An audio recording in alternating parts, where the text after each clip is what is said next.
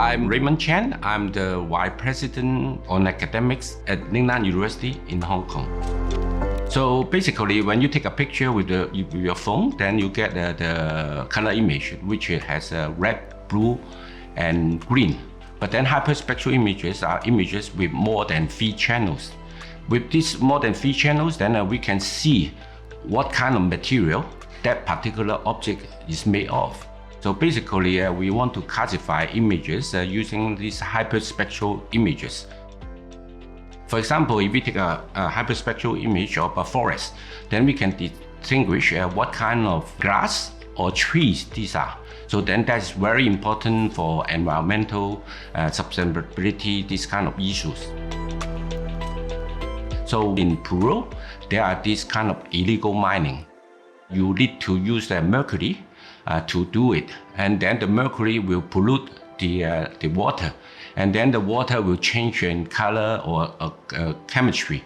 And then we work with the Peru government and then tell them, okay, so there may be some illegal mining there, and then the government will send in armies to stop this kind of illegal mining.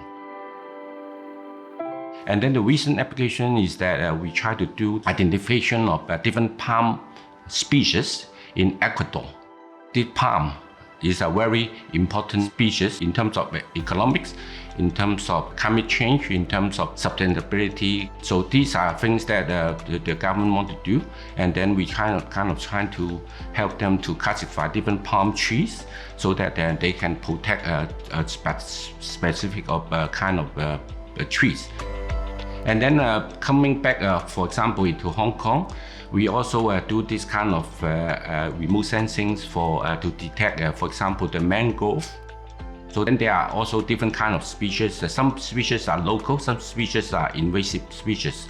So we want to detect whether these kind of species are growing in Hong Kong. And then we have to actively remove these kind of invasive species.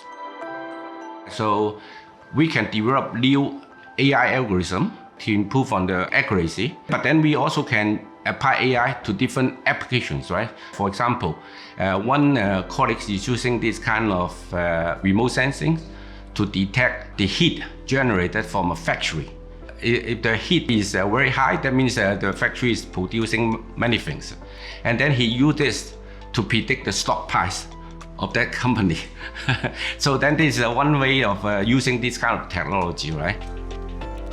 And then another way is a more standard one. You can use it to detect whether the climate is changing, the iceberg are breaking, these kind of things. So these are all can be used by combining the power of AI and the algorithm that you can generate. With this many projects now, actually we are working out the United Nations University. They have just started this humanitarian IT hub at Lingnan. So this hub basically is to use AI and IT to do this kind of humanitarian projects, not only in Hong Kong, but in around the region. Since a few years ago, we have changed the direction of the university. We were like a very traditional liberal arts university, but then we see that AI is affecting every one of us, and our students have to learn this, and also our researchers, they also have to get hold of this tool, right, to improve on their research. We can see that, for example, we now have different kind of programs that connect humanity with AI. Let me just take an example. We have the master program AI and the Future that is offered by our philosophy department. And then we have this MSc program in environmental analysis and sustainability. So we have this kind of program that connect this kind of sustainability with AI and also humanity with AI.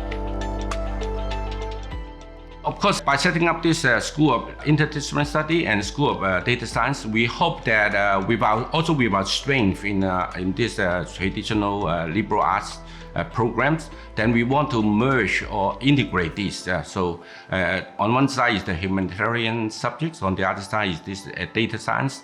So we want to merge them so that we will be a leading university, not only in liberal arts or in data science, but then we have humanitarian IT or humanitarian AI. So we want to be a leading university in this.